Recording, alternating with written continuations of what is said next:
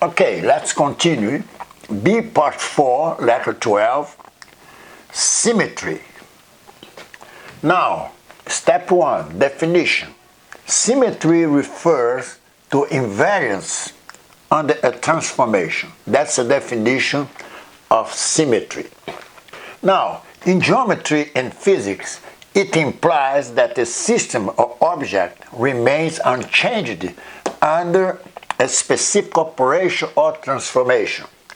For instance, rotation, refraction, translation, and so on.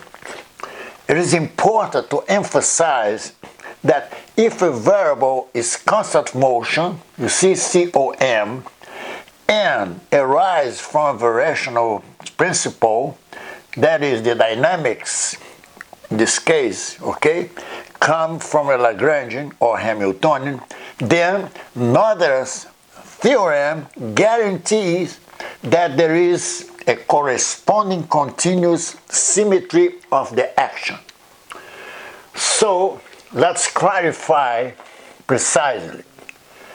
If there is a continuous symmetry, there is a conserved quantities. This is the Noether's theorem. Continuous symmetry implies there is a conserved quantity.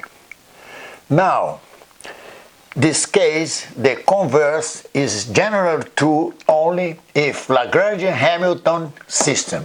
Okay, that's a very important theorem. The Noether theorem is a connection between symmetry, invariance, and conservation principle. That's a conserved quantities.